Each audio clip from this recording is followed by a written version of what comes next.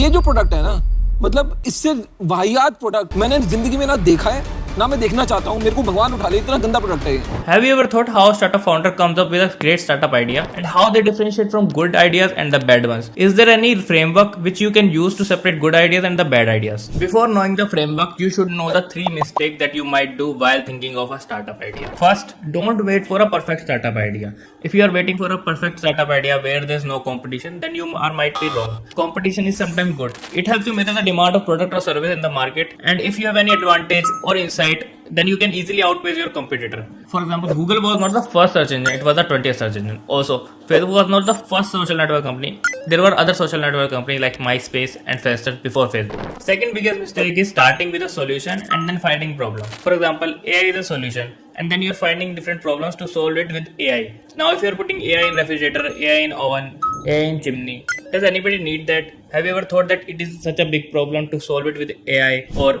have you ever thought from a problem side like why this can be solved from AI? If you are starting from a solution and then going to a problem, then you are going in a reverse mode. You should first focus on the problem side, and if you can solve it, then how big is the market? Third biggest mistake is falling into target ideas. Target ideas are those ideas which seems easy in the start and they are tried by different founders with little or no success, which lead to death of different startups. For example, an app to meet with your friends. For aligning a time to meet with your friends, you have to be in different chat groups and you have to chat with different friends. So have you ever thought, can I make an app for that? It seems very easy and a great idea in the start, but it is very hard to execute and make this work.